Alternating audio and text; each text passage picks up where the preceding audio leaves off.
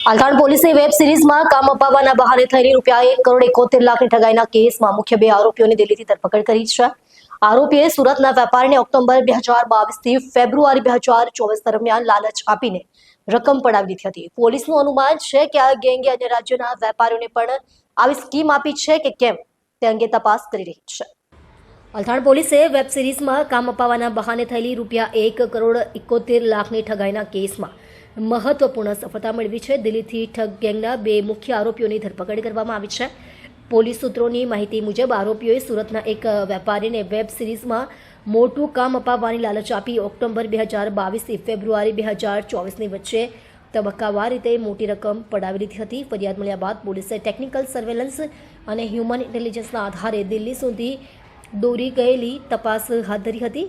અંતે બંને મુખ્ય આરોપીઓ સુધી પોલીસ પહોંચી શકી હતી। પોલીસનું અનુમાન છે કે આ ગેંગ માત્ર સુરત જ નહીં પરંતુ અન્ય રાજ્યના વેપારીઓને પણ આ સ્કીમ દ્વારા નિશાન બનાવતા હોઈ શકે। આ દિશામાં પણ પોલીસ વધુ તપાસ કરી રહી છે। અલથાણ પોલીસના જણાવ્યા મુજબ આરોપીઓના રિમાન્ડ મેળવી તેમના અન્ય સાગરીતો નેટવર્ક અને નાણાંની લેનદેનની વિગતો ખંગાળવામાં આવી રહી છે। પોલીસે આ કેસને લઈને વેપારીઓને સાવચેતી રાખવાની પણ અપીલ કરી છે।